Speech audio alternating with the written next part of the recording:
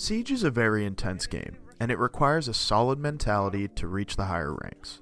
Some would even say each match is won or lost in the mental, similar to other games or real-life sports. This means that we have to have some sort of control of our emotions to succeed. In today's video, I'm going to review a recent ranked game of mine where I'll break down some important plays and describe my mental situation throughout the rounds. This game was a real nail-biter with a crazy ending, so stick around for the end. Real quick, if you learned something from today's video, please like and subscribe to help me out. Alright, let's get into it. Today's game is on Lair, and we started off with one of our teammates looking up the other team on R6 Tracker. We saw that they were stacked together, they had high ranks and high KDs. Right off the bat, this messes with the mental. Personally, I don't use R6 Tracker anymore because of this. You get scared of good teams, and you get sloppy against bad ones. It sets you up on either side of your mental scale before the game even starts, when we should really be in the center. So, the first round doesn't go as planned. We lose gunfights in our shallow room, they breach the wall, and they have map control and man advantage. I'm stuck in R6 room, and whether I was droned or not, I'm in a common angle, so I get swung on and lose my gunfight. It's only the first round, but we're already scared of them from R6 Tracker. They were dominant attacking the best site, and I got lasered in a tough gunfight, so I'm really not feeling 100%. We can see how easy it is for these little things to stack up early on. I think the idea of centering your mentality is something that a lot of players miss. We've all had games where we're playing poorly. It affects our mental state and we think negatively. This starts a cycle where we just play worse and worse. You might assume that it translates in the other direction too, right? We play well, we feel good, and then that cycle continues? I don't believe so. When we're fragging out, sometimes it gets to the point where we're so confident we start disrespecting our opponent and overextending ourselves. So feeling super bad leads to poor performance, and feeling awesome isn't the answer. So what part of the scale is optimal for consistent gameplay? I believe it's right in the center, and I'll expand on this later on. The next round's quieter for me. I bandit tricked the ace, so main wall stays closed, and we were able to hold them off site much better with our shallow roams.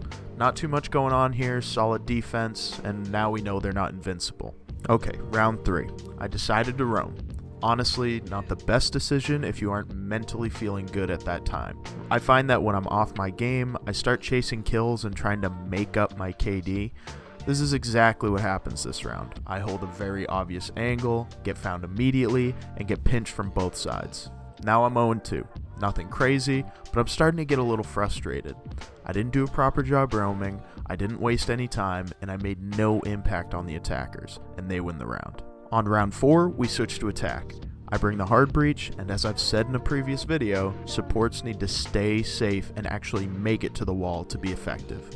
I check the first spawn peek, but the second one is really just a glance, and the inevitable happens. This is that sloppy play that comes from poor mentality. That check was super lazy and very exposed. I should have properly ADS'd and used the box for cover to really check the angle. Also, I didn't have the wherewithal to pick a spawn that doesn't have 3 spawn peaks looking right at it. I didn't need to be there in the first place. Lazy all around, and as a result, I'm down 0-3. I'm farther off my mental game, and this round's much harder for my team because I threw away our hard breach. We do get lucky, and our teammate has a tremendous clutch, and that somehow keeps the game even. Next round, I learn from my mistake. I get to main wall safely, and I get it open. And then we start to get some decent pressure and map control. When it's time for me to make a real impact, I get another wall open, and right as I start to make my move, I get flanked from behind. Even though I had good map control, I was pushing alone. I didn't ask for help, I didn't tell my team to watch the green cam, and I also had both of my claymores still. Even if I didn't get a claymore kill, I would have heard Vigil destroy it. So again, I'm getting killed not because my aim was bad or my general play was poor, but little things that are so easy to forget when you're playing angry. So this was kind of a mini wake-up moment for me. I've preached about not playing angry before, so it was time to practice what I've taught. I can't physically show you what I was doing, but I was taking a breath, getting some water, and trying to mentally disconnect and relax. Once it was drone phase, I was planning out my next move so that I could have a plan of action for the next round. Mentally, I was reminding myself that it's okay to have a tough game. It's totally fine to play poorly. It doesn't mean I'm bad or a fraud or don't deserve diamond, because improvement is not linear. There's always peaks and valleys. Something that I do to reset mid-game is imagining I'm at 0-0. A kill would be nice, a death would be fine, but what's most important is winning the round that's in front of me. Previous rounds I've been neglecting my team's win conditions, and in the next round I need to start over and make sure I'm doing something to positively affect the round. Get to the wall and open it. Bandit trick on defense. Watch camps, hold flanks. Simple things that push you over the edge to the win. I'm now focusing on the team performance, not just my own, with a clear head. So we attacked the bottom floor from the warehouse side, and they left it soft and didn't hold the area itself, so the take was pretty easy. We stuck together as a team, held yellow flank, and surrounded the site. I took advantage of longer range gunfights and got 2 picks. Didn't go crazy, it's not time to celebrate yet, but now we're starting to get back into the flow of the game, and we're sticking to that center mentality. We attack again on the next round, and it doesn't really go well for us. We're attacking the strongest site, we're not expected to win it, but what really lost us was the communication. We push the same angle, we lose to the same people. After I die, it definitely annoys me, but remember, it's not linear. Just because we had a good round last round doesn't mean it's going to translate this time, so we just have to look forward and keep playing properly. Now we're defending the strong site. We're one-on-one on this one, so we know anything can happen really. I play the bandit trick again to force my impact, and I make sure I slow the push down a little bit. Our shallow roam fails again, the enemy just put a lot of pressure on early, and we got some unlucky gunfights. So now there's 2 minutes left, and we're in a 2v4. We have bad map control, and it's match point, so the pressure's on. What do? We stay calm and centered. Okay. Last one's here, I think. Arson. Nice, good shit, you're in the lead. So we went from 0-4 in a stressful game to nabbing a 3K to clutch the round in overtime. We got a little lucky with a team kill on the other team, but in general this came down to good decisions and listening to callouts from our team. If we were all pissed off, would we have taken the time to throw the C4, or would we have missed the callout on the last guy? We don't know for sure, but being calm and not stressing about personal performance definitely makes it easier for us to process these events and make the right play. By staying clear-headed, we gave ourselves the opportunity to have a better second half. So now we're in the last round. It's been a roller coaster, but we just have to win one more time. Defenders are in the basement again, so we're going to try and take the same warehouse control and move in. Wall is reinforced this time, but we open it the same by playing safer, and we get a free pick on an over-aggressive Ela. With warehouse clear, we surround site again. I get downed in a tight gunfight, but a well-timed Finka puts me back up, and I can narrowly see the next enemy.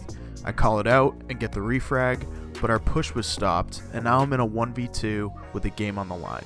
Since I don't have man advantage, I have to get aggressive here and force the 1v1 gunfights. I push lab and enter a very pre-fire heavy gunfight with Vigil, and when we both run out of ammo, I get a call that one is on lockers. 1v1, gotta stay calm. I move around site, again just pre-fire gunfights, but I'm able to get the bomb. I move into site to get the plant down, and he ends up exposing himself. Now I could have planted behind the desk for more cover, it wasn't perfect, but the Vigil was the one who got antsy and peeked, not me. So again, we went from 0-4 to finishing 9-5 and clutching back-to-back overtime rounds. We started so down and annoyed, and sometimes when we're in that headspace, it feels like we should just end the game, take the L, and start a new one. But you have control over that feeling. Instead of giving up, restart the game in your head. One game isn't going to throw your KD, it doesn't matter if you finish negative, just focus on what you can do that round, and it may turn out better for you. Taking a breath, physically looking away from the screen and just thinking about how you're good as a player and what you can do to help the team, these are the keys to resetting and playing at an even keel. When you're down, reset to center. When we're way up, keep that enthusiasm, but control it so you aren't overconfident. You won't always be able to come back from those losses, but it will help your mental state in the long run and make your next games less influenced by your past performance. I hope you guys learned something from this video. I wanted to highlight that it's just never too late, and no matter how many rounds you've lost, there's always the next one. If you like this style of video where I break down gameplay, please let me know, and I might be starting a series where I'm reviewing viewer clips, so stay tuned for that. Again, thanks for watching, and I'll see you.